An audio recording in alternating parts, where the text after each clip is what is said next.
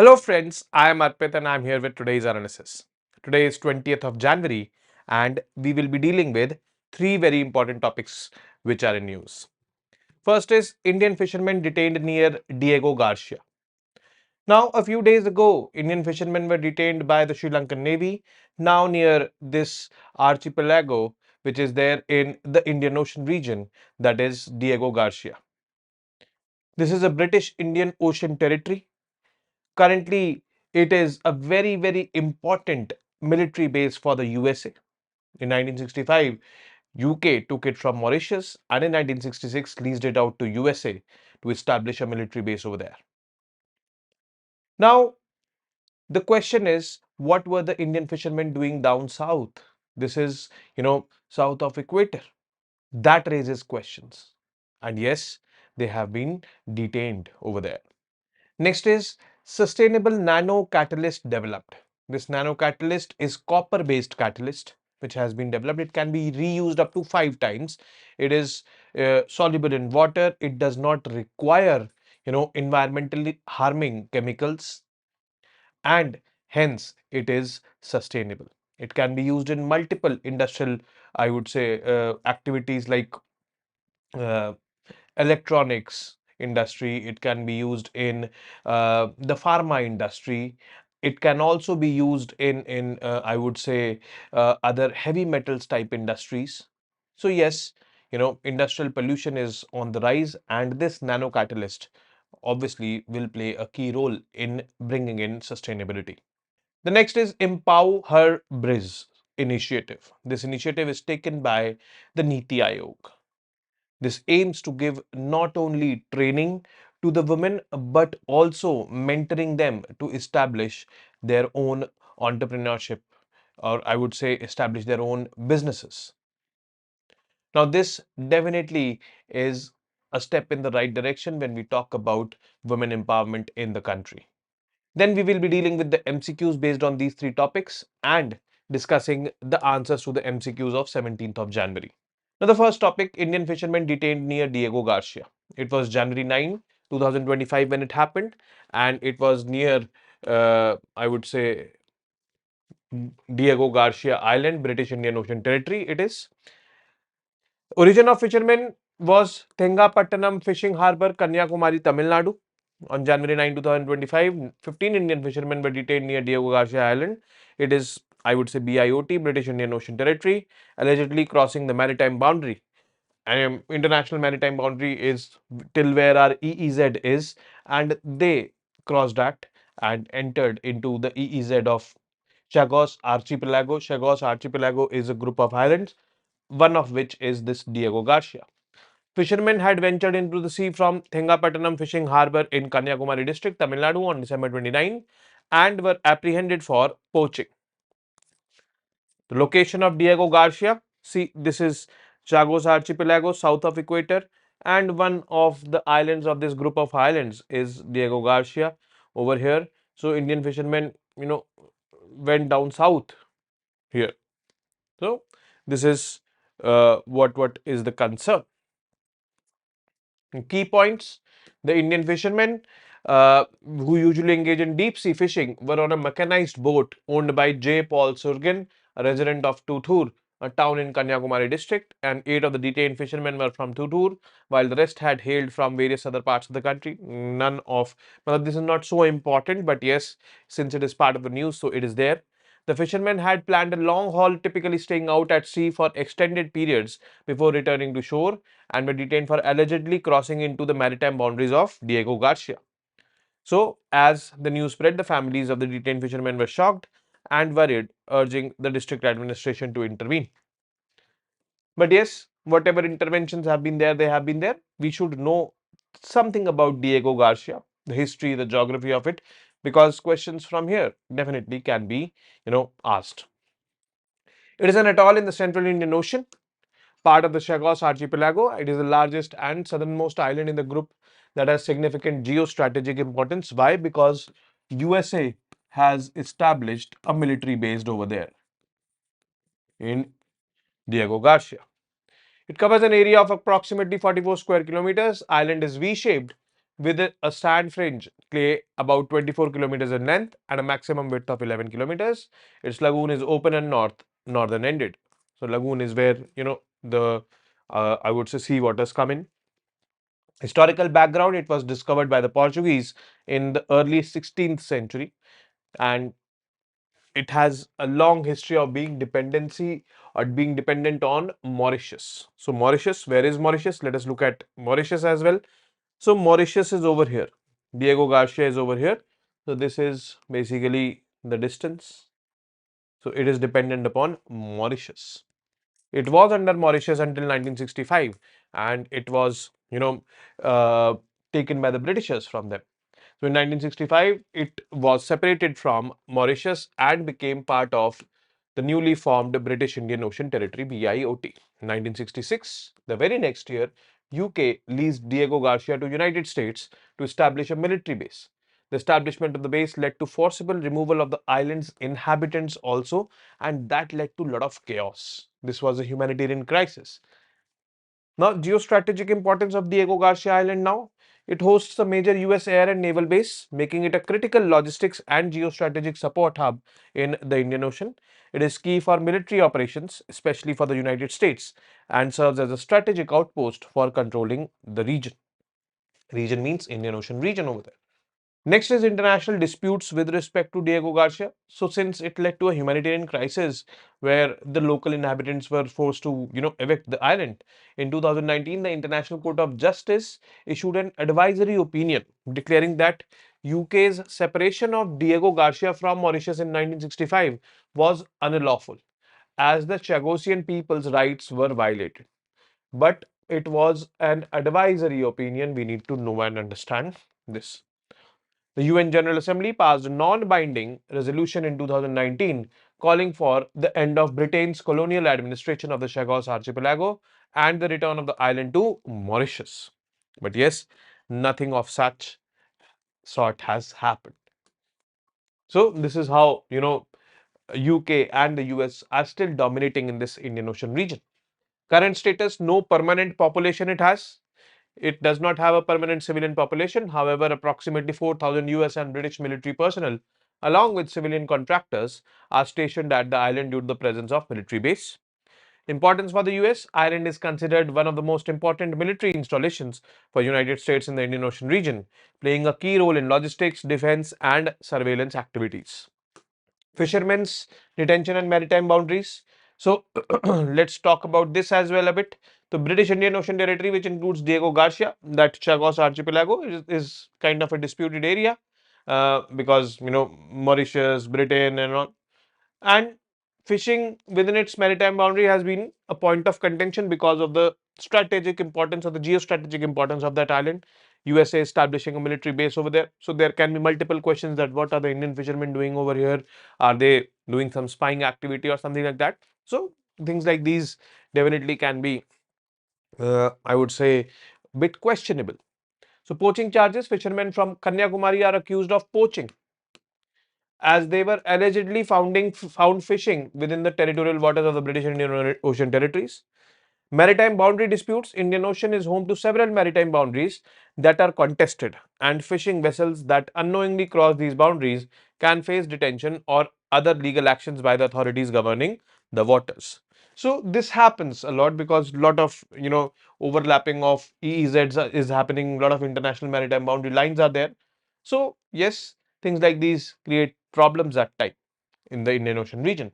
Now, in this case, the fishermen were apprehended near Diego Garcia, and this clearly indicated that they might have crossed the international maritime boundary line.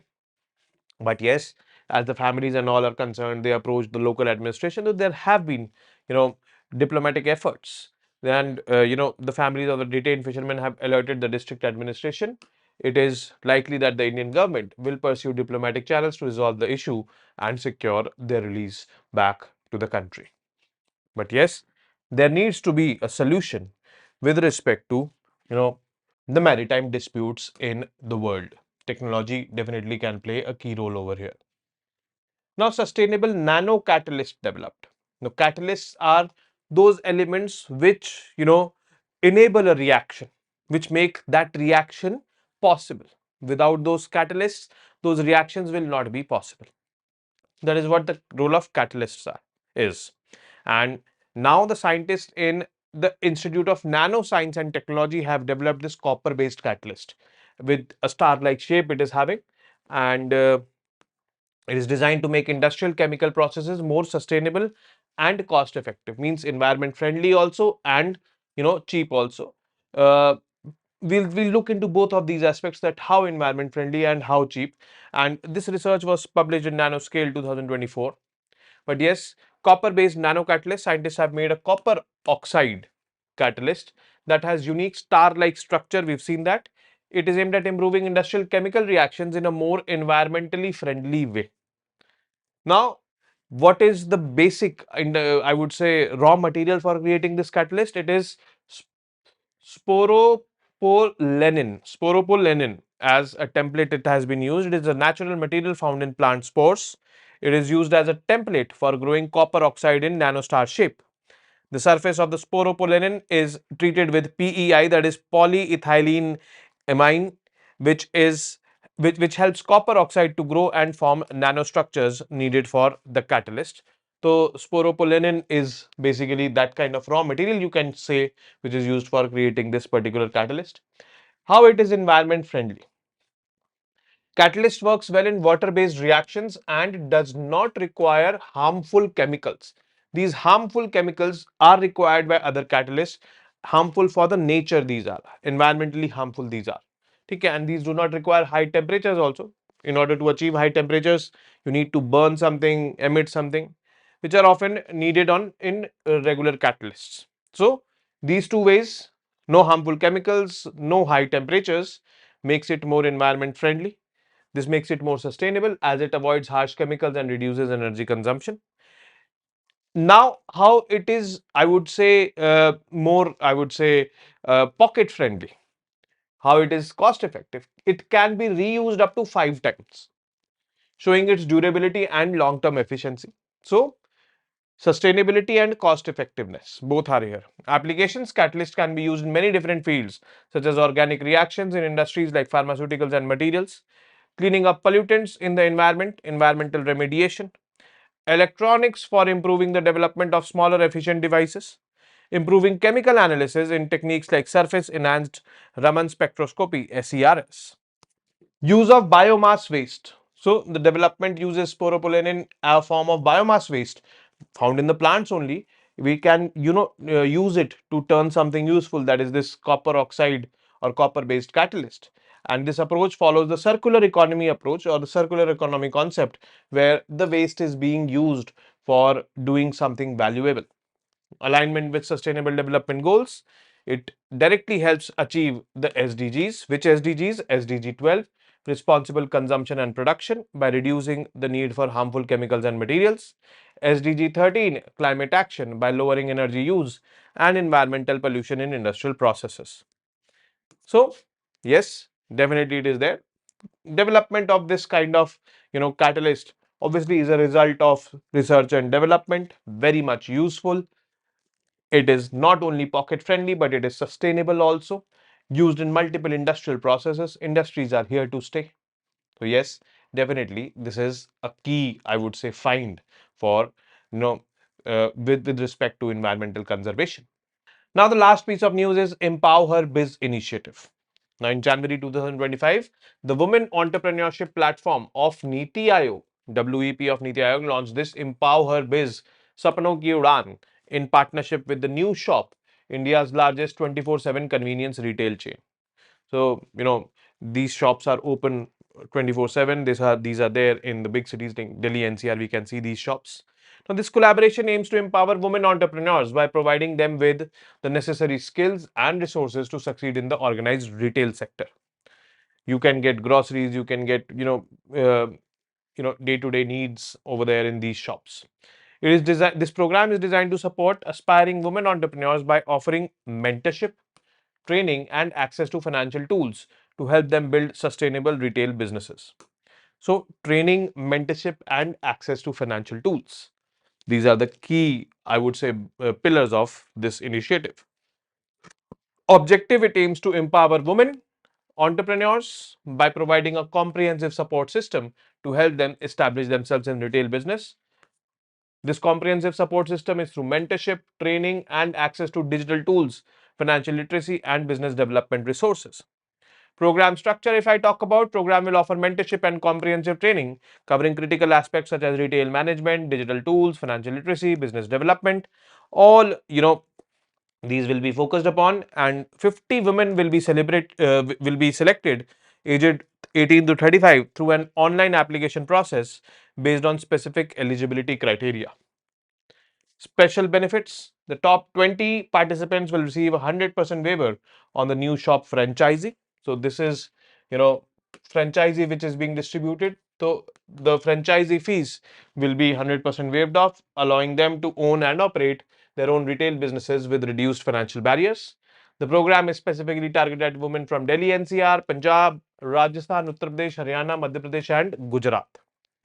Role of New Shop: New Shop operates a network of over 200 convenience retail stores which are open 24/7 and are strategically located in high density neighborhood, highways, and gas stations. The company plans to expand further into mass transit hubs such as airports and railway stations. It is committed to empowering over 10,000 entrepreneurs by 2030, primarily through its franchising model. But yes, here the franchisee fees has been waived off completely for the women. The role of WEP, Women Entrepreneurship Program of Niti Aayog.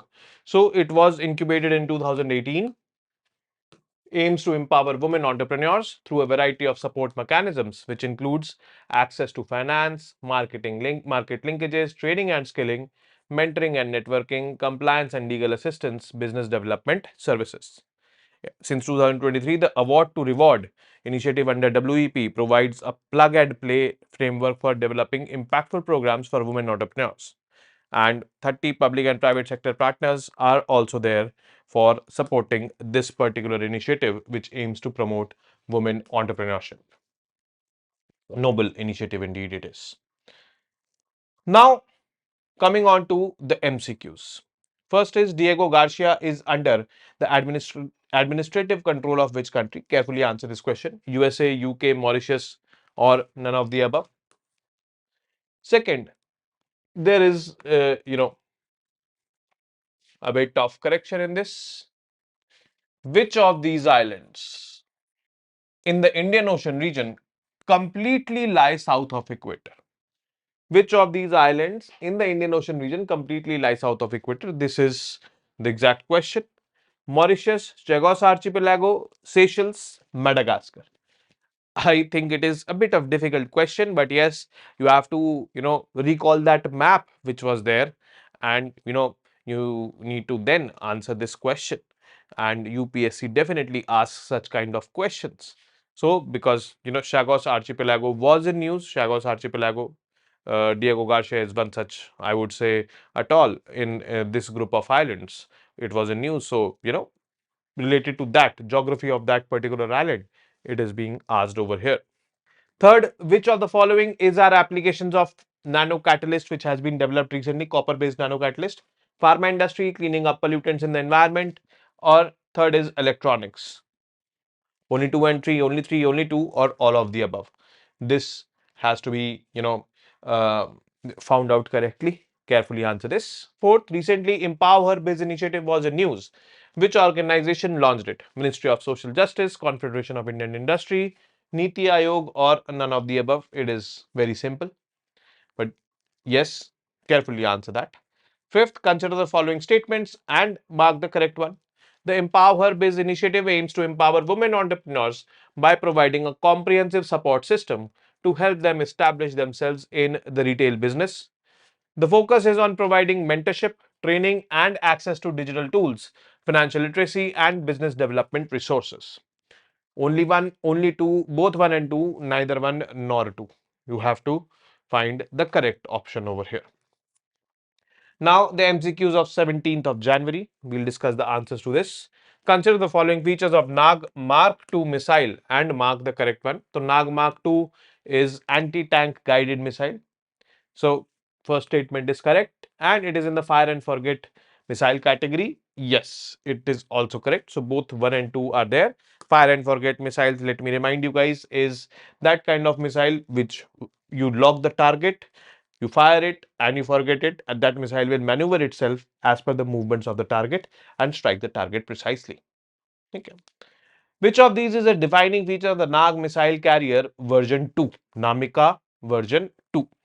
It enables launching of Nag missiles from fighter jets? No. From naval ships? No. It enables launching the missile from a mobile platform that allows the missile to be launched quickly and effectively. This is the correct option over here, that is C.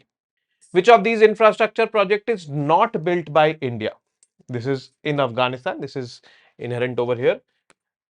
We have built the Salma Dam, India-Afghanistan Friendship Dam. So this is not going to be the answer. Parliament House of Afghanistan, Jirga. We have built that as well. We have built the Zaranj-Dilaram Highway as well. We have not built the Garland Road. Zaranj-Dilaram Highway connects Zaranj with Dilaram. Dilaram is on the Garland Road. And Zaranj is on the Iran-Afghanistan border. So this is A is going to be the correct option over here.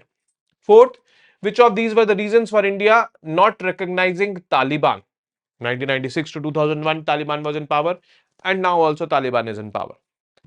First is extreme interpretation of Islamic law. Yes, that is the reason. Oppression of women. Now also India has expressed concerns about Afghanistan oppressing women. This is also a reason. And there are links to terrorist organizations like Lashkar-e-Taiba, Jaish-e-Mohammed and all, which are targeting India. So all of the above have been the reasons why India has not recognized Taliban. So this is what we need to know and understand. And with this, we have come to an end of today's session. I will be meeting you tomorrow now with more such informative news pieces. Till then, you guys very well know what to do. Keep studying, keep reading, keep writing, and most importantly, keep revising. Namaste. Jai Hind.